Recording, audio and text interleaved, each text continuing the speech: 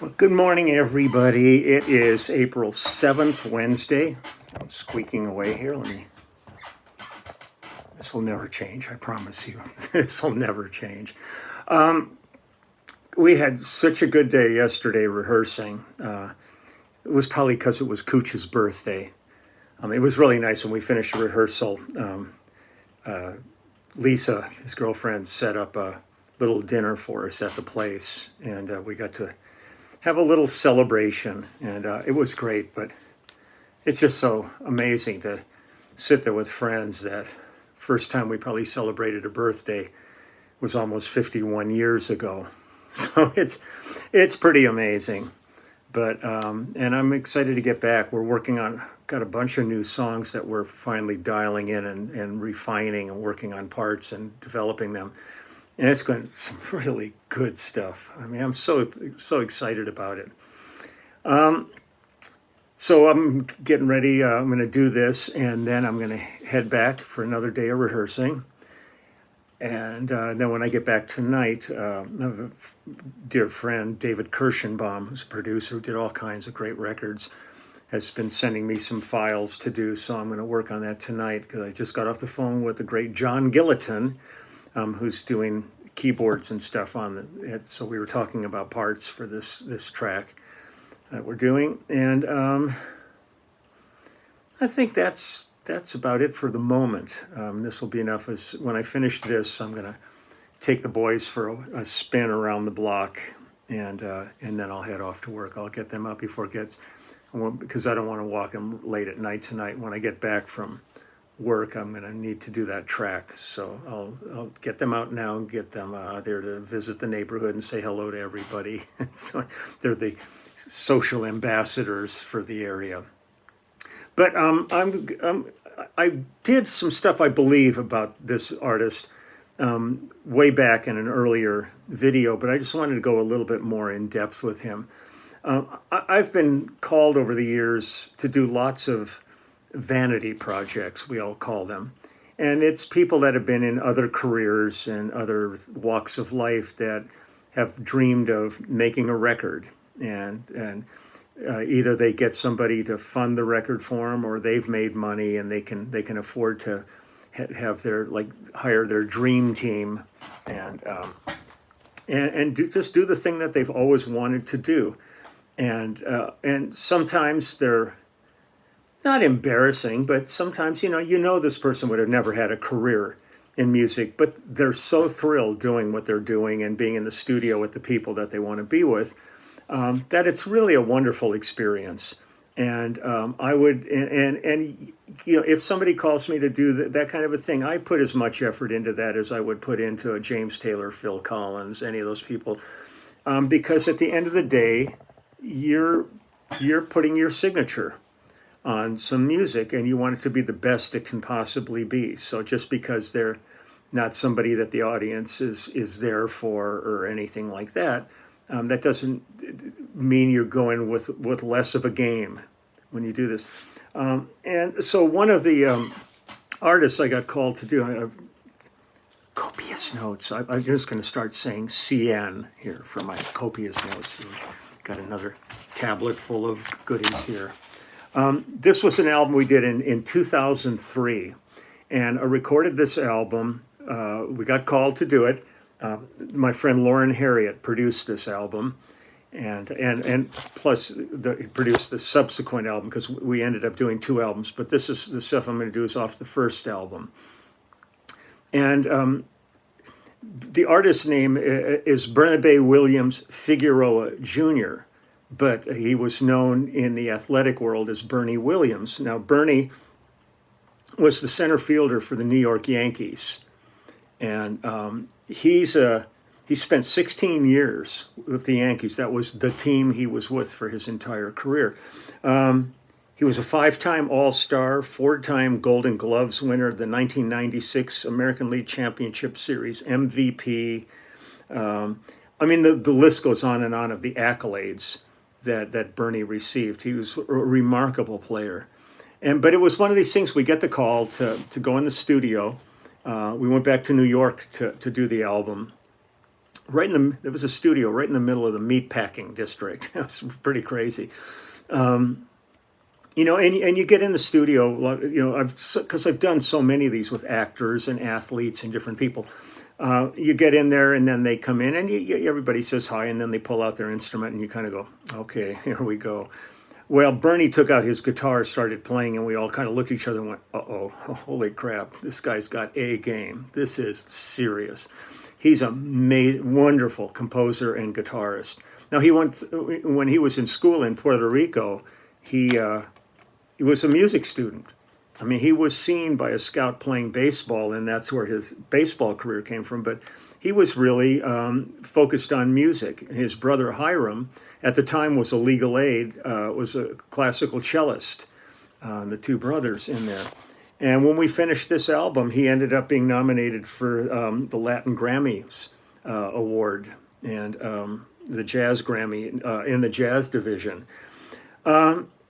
You know, and it's interesting because he's, you know, you're sitting there as an athlete and all this stuff. So all of a sudden other things come into place.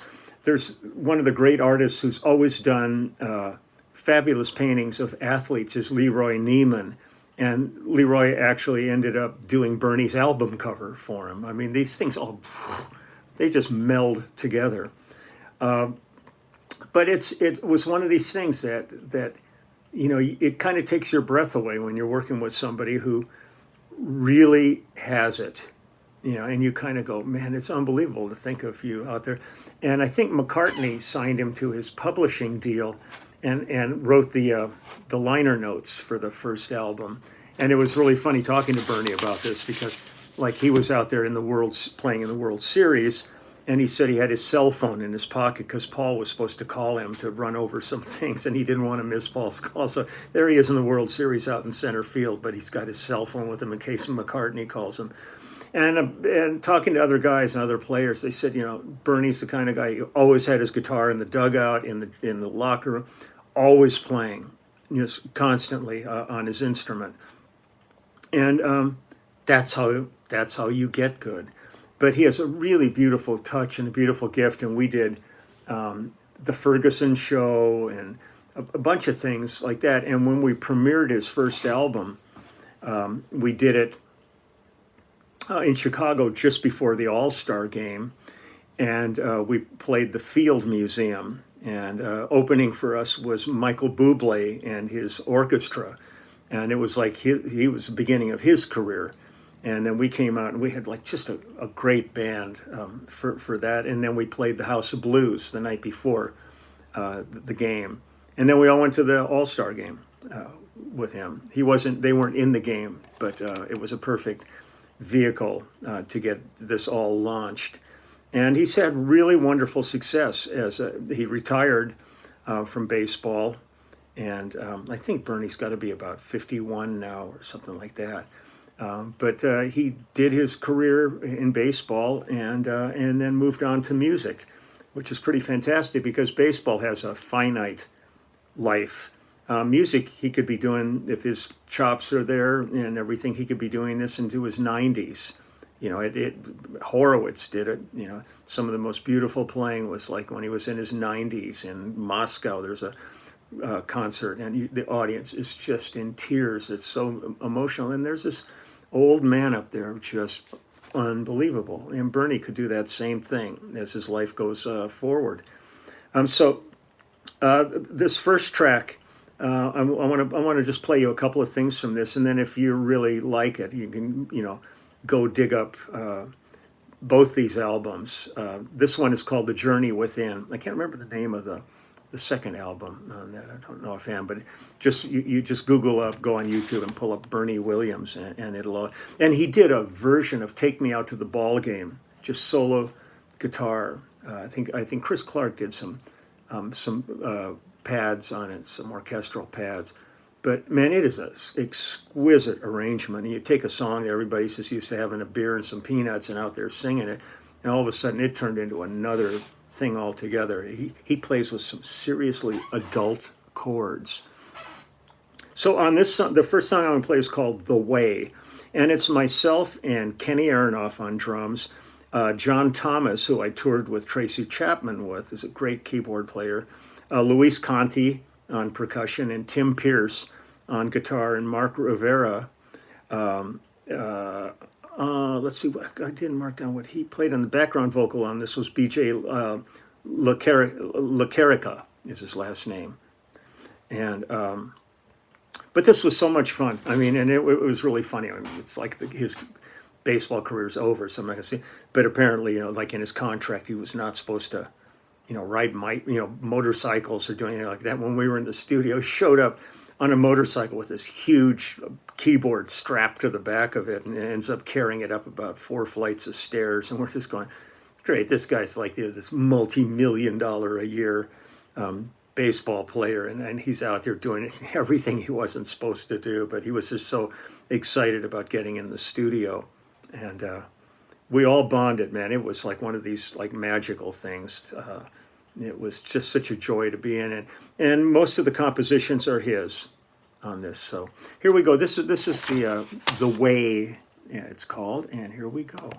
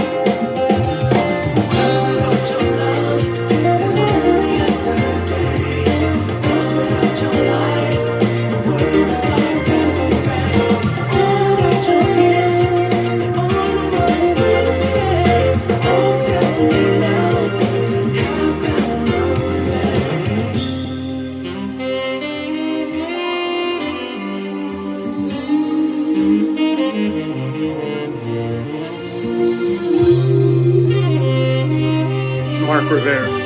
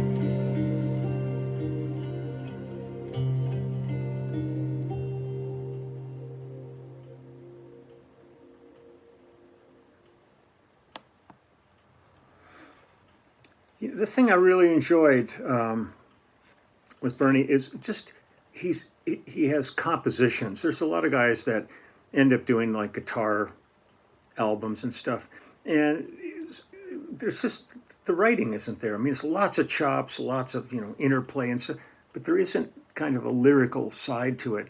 That's one of the things I always loved about working with Daryl Sturmer on his albums, because his guitar writing really is a complete song. They're thematic. They have great verses and great bridges and stuff, rather than just dig my chops kind of stuff. And I really appreciate that so much. And a lot of these songs would be great if a lyricist came in and actually did complete songs with them and used these tracks to work with. This one is called Just Because, and this is interesting though. When we cut this track, this was me and Kenny Aronoff and John Thomas and Luis and Tim Pierce. But I can't find the album version of it, but this is from a performance that we did. And this is, Kenny wasn't, I think he was on the road at this time, so Vinny Colaiuta came in and is playing drums on this.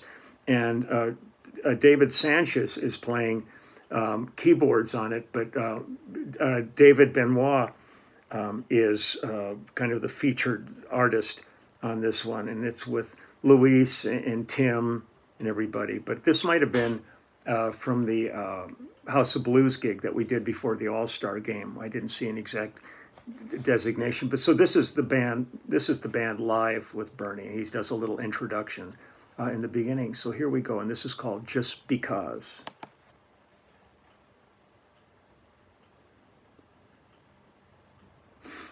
My very, very special guest, David Benoit. They're hugging right now. It's very touching. This next song, I only had one person in mind when I wrote it, and that person is my wife, Waleska. It's Just Because. Ruben Blades was with us.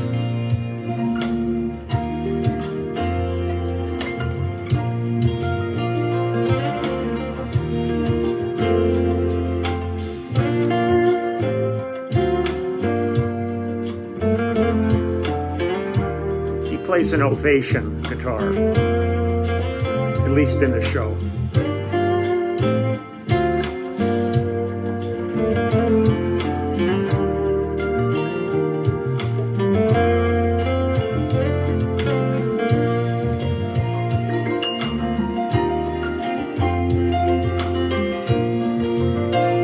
It's David Benoit.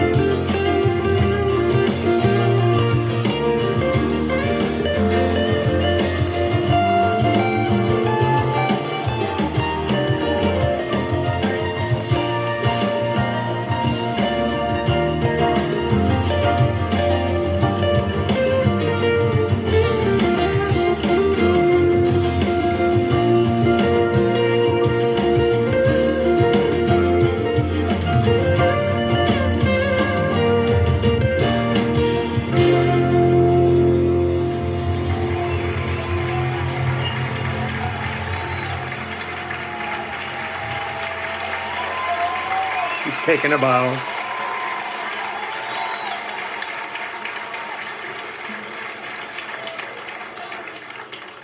What did your mom think? She's here. Oh, there she is, right there. It's great. I mean, and it's also so much fun, you know. It's a band live playing music like that, and it's just like it was such a great bunch of musicians. And Bernie was still, I mean, he was still playing baseball at that point. He hadn't retired yet, you know. So we were always just going, you know, just a lot of dexterity in those hands that are, you know, batting and catching baseballs. So he's a trip. And then this is a really fun track. This was kind of this one got a lot of airplay, which is great.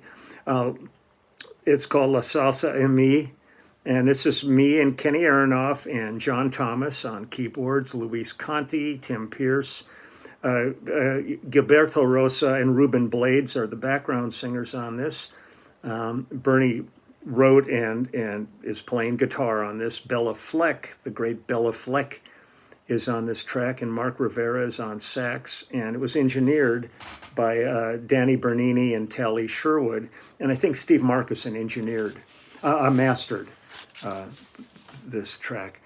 But this is really fun. This is just great energy on this one. So I'll do this one, and then I have a little thing I want to tell you, and then I'll let everybody get on with their day, and me too. So here we go.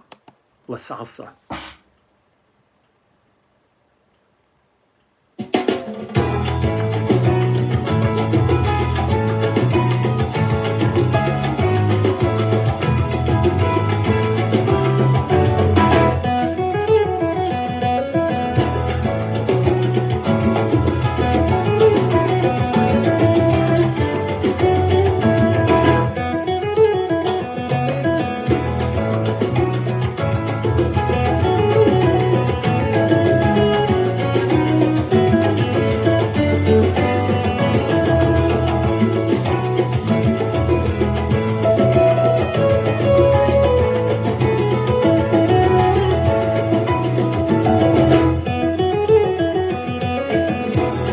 A beautiful touch on guitar.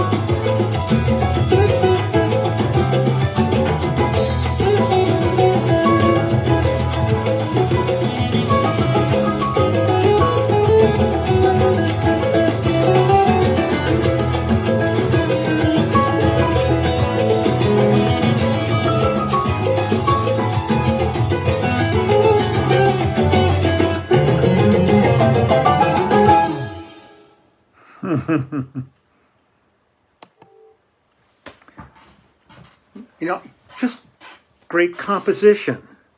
You know, I mean, it's one thing to have ability to play an instrument, but it's another thing to write music that really flatters your chops rather than just showing off chops. And it was great. I mean, but the thing, you know, he was still in the middle of his baseball career. It was at the tail end of it, but he was still playing all the time with this, and was a major, major player. I mean, he was a heavyweight. This wasn't a guy who was on the bench most of the time. This guy worked his ass off. And as sweet a guy as you'd ever want to see. I see him like at the NAMM shows and stuff. He usually makes the rounds and he's doing all kinds of stuff with different people. And I'm really proud for Bernie. He's an amazing energy force to have had such a remarkable career as a ball player, and then you come out of that as this, you know, really gifted musician. So it's exciting. And there's some others like that. I'm going to see if I can dig up the album we did. We just did this like a little over a year ago with another ball player named Stephen Brault, who plays, he's a Pittsburgh Pirates pitcher. And he went all through school as a theater and arts major. And we did an album of all Broadway tunes. And dude is credible. He's really brought his game to it. And it's the same bunch of guys. Lauren Harriet produced it, and it's the same cast of characters on that. But it was great to have a guy there. He's a young cat in his late 20s, but he's sitting there with conductor's score sheets, going through them, and you know, talking music. It wasn't like he was, you know, dreaming about this. He was living it. So I'm going to see if I can find his music. I'll get to that down the pike a little bit. So I'm going to get going now, and thank you all for yesterday's comments, because I told Cooch, I said, man, everybody's wishing you a happy birthday, and he was really tickled by it all. He thought it was just wonderful. So he had a great day, and we'll have another great day today, just being together and playing and working on things. Next, we're going to work through, and then Monday we go into Henson Studios, the old A&M studios, the old Charlie Chaplin studios, and they've been kind enough to give us Studio A, the big room there, and we're going to be in there with Denny Tedesco and film crew and doing one of our last bits of filming for the documentary movie. And it's going to be us sitting at a table telling stories all day long, and then they'll figure out what they're able to use. We'll see where the stories go. So that's going to be really exciting. We got a bunch of stuff next week to go on too. So it's really great to feel some juices finally flowing again. Lots of completely irresponsible things going on. So we're all hoping that, you know, things will get better and better as more and more people are vaccinated. But there's a lot of vaccinations yet to go. So a little scared about all this suddenly opening everything up again when they're not really. I don't know if they're ready or not. I'm not a scientist, you know, but I follow this as closely as I can, and just want everybody to be safe during this and not suddenly have to shut everything down again because a fourth wave came roaring in. I know there's a lot of issues still overseas with mutations coming up and stuff. So we'll see. We'll see what happens with all that. And again, thank you everybody out there every day who's working so hard to sustain us. So, you're the best. You're the best. So that's it. So I'm going to take the doggies for what now, 10:40 in the morning. I'm going to take the boys for a walk, and then I'm going to head off to rehearsal. And I'll be filming some stuff. But right now, we're working on all this new material, and none of it's, you know, been recorded or anything like that. So I'm really not filming anything at the rehearsals, only because we really, you know, can't have any of that stuff being played until it's actually prepared and done. So, you know, we'll see. I'll try to get some stuff going though for you. Just introduce the cats or something like that. So take good care, and I will see you all tomorrow. Bernie Williams. It's Bernie Williams. Check him out. He's got some beautiful stuff. So I'll talk to you then. Bye-bye.